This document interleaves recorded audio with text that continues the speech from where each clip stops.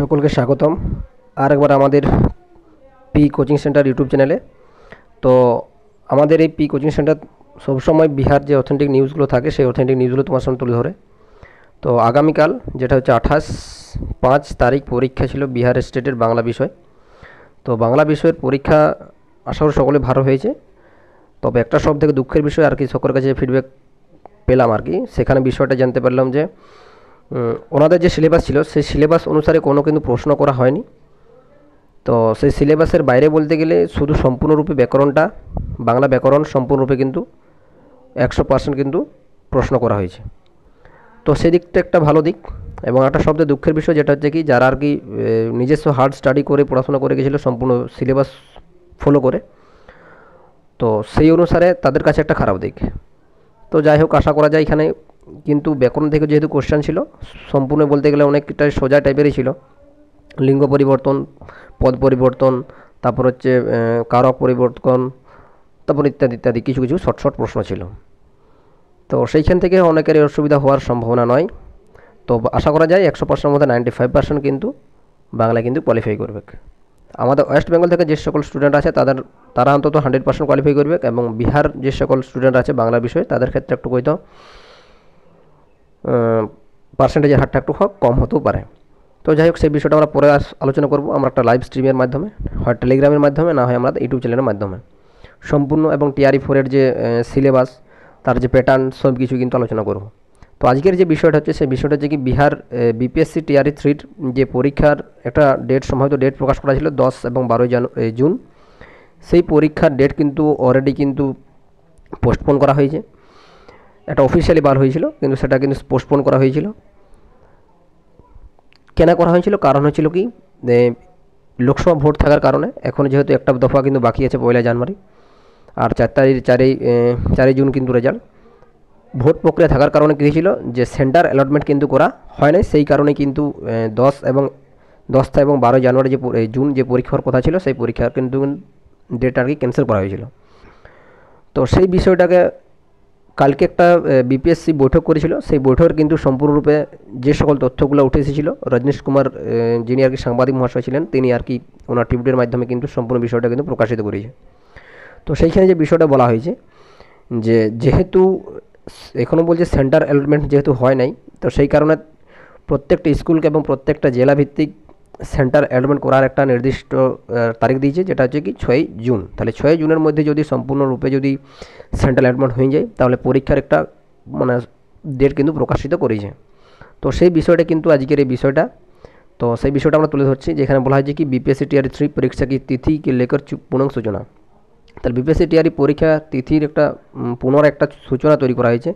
যে কী বলা হয়েছে, যে পূর্ব की सूचना में नहीं कोई बदलाव, 20 से 21 जून से ही परीक्षा लेने पर बनेगी सहमति।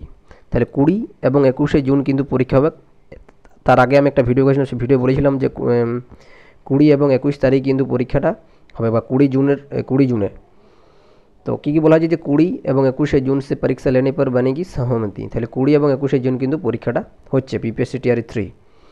এবং যে বিষয়টা বলা হয়েছিল যে 10 এবং 12 জুন যে পরীক্ষার কথা ছিল, যে 10 से 12 जून को बिल्कुल नहीं होगी परीक्षा, जून की पहले सप्ताह में परीक्षा को लेकर নোটিফিকেশন होगी জারি।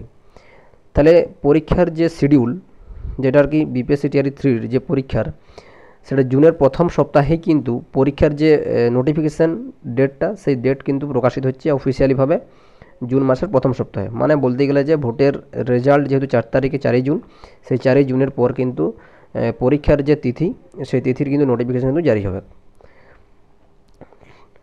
ঠিক আছে। এবং मतदान और जनगणना केंद्रों की वजह से सेंटर लिस्ट फाइनल नहीं। তাহলে मतदान এবং मतगणना केंद्रों की वजह से মানে ভোট চলছিল এবং যে রেজাল্ট আসার কারণে এখনও পর্যন্ত কোনো কিন্তু লিস্ট ফাইনাল হয় নাই সেন্টারের। তবে কী বলা হয়েছে যে 6 জুন तक जिले से आयोग को भेजे जाएंगे फाइनल सेंटर लिस्ट। তাহলে 6 জুনের মধ্যে কিন্তু জেলাদারকে ফাইনাল লিস্ট বা ফাইনাল সেন্টার কিন্তু পাঠানো হবে। এবারে যেটা বলা হয়েছে কি, লিস্ট মিলতে হি সেন্টার কোড হোগি জারি। তাহলে যখনই লিস্ট প্রকাশিত হবে তারপর একটা সেন্টার কোড হবে। BPSC সিস্টেমটা কেমন, যখন অ্যাডমিট কার্ড বার হবে সেই অ্যাডমিট কার্ড শুধুমাত্র সেন্টার কোড দিয়ে থাকবে। ঠিক আছে, সেন্টার কোড এবং জেলাটা, তো সেন্টার কোড এবং জেলা থাকবে এবং সেন্টারের নামটা আমরা পরে একটা জানতে পারবো, হয়তো দুদিন পরে কিন্তু একটা অফিসিয়াল নোটিশ বার হবে, সেখানে কোড ওয়াইজ কিন্তু পুরা সেন্টারের নামগুলো কিন্তু উল্লেখ করা থাকবে। ঠিক আছে, তাহলে লিস্টে যখনই লিস্ট বার হবে তখনই কিন্তু सेंटर कोड কিন্তু জারি হবে। जून के दूसरे सप्ताह में एडमिट कार्ड भी जारी करने की लक्ष्य, তাহলে জুনের দ্বিতীয় সপ্তাহে কিন্তু এডমিট কার্ড কিন্তু প্রকাশিত হয়েছে। এবং কি বলা হয়েছে যে 25, তাহলে আমাদের যেহেতু বিহার রাজ্যে 38টা জেলা, সেইখানে কিন্তু মাত্র 25টা জেলায় কিন্তু পরীক্ষা কেন্দ্র বানানো হচ্ছে। তাহলে 25টা জেলায় কিন্তু পরীক্ষা হবে। पूर्व की किसी भी परीक्षा केंद्र पर नहीं होगी परीक्षा, তাহলে বিপিএসসি টিআরির যে পরীক্ষা যেহেতু ক্যান্সেল হয়েছিল, তো সেই কারণে যারা আর কি 6 to 8 এবং 1 to 5 যে সকল পরীক্ষার্থীরা আর কি পরীক্ষা দিয়েছিল তাদের যে সকল কেন্দ্রে বা সেন্টারে গিয়ে সেই সেন্টারটা বা সেই অ্যাডমিট কার্ডটা কিন্তু সম্পূর্ণরূপে কিন্তু মানে বাতিল করা হচ্ছে এবং তাদের নতুন করে কিন্তু আবার অ্যাডমিট প্রকাশিত হবে জুন মাসের দ্বিতীয় সপ্তাহে। ঠিক আছে, তারপর কি বলা হয়েছে,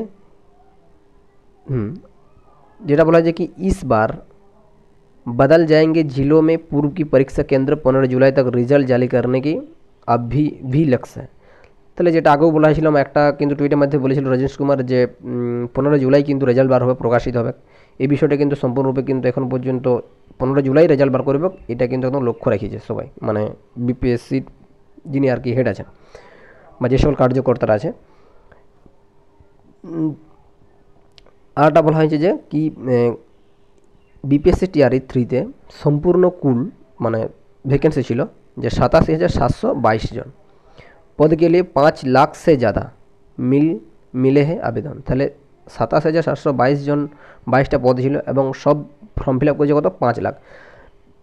বিপিএসসি টিআরিতে ওয়ানে করেছিল মনে হয় সামথিং 7.5 লাখের কাছাকাছি এবং বিপিএসসি টিআরি 3তে করেছিল 2 করেছিল মিনিমাম 8 লাখ কাছাকাছি এবং বিপিএসসি টিআরি 3তে কিন্তু ফর্ম ফিল আপ করেছে প্রায় 5 লাখের কাছাকাছি। তাহলে অ্যাকচুয়ালি বলতে গেলে কি রেশিওটা কিন্তু আস্তে আস্তে কমতে এসেছে। ঠিক আছে, 7, 8, 5।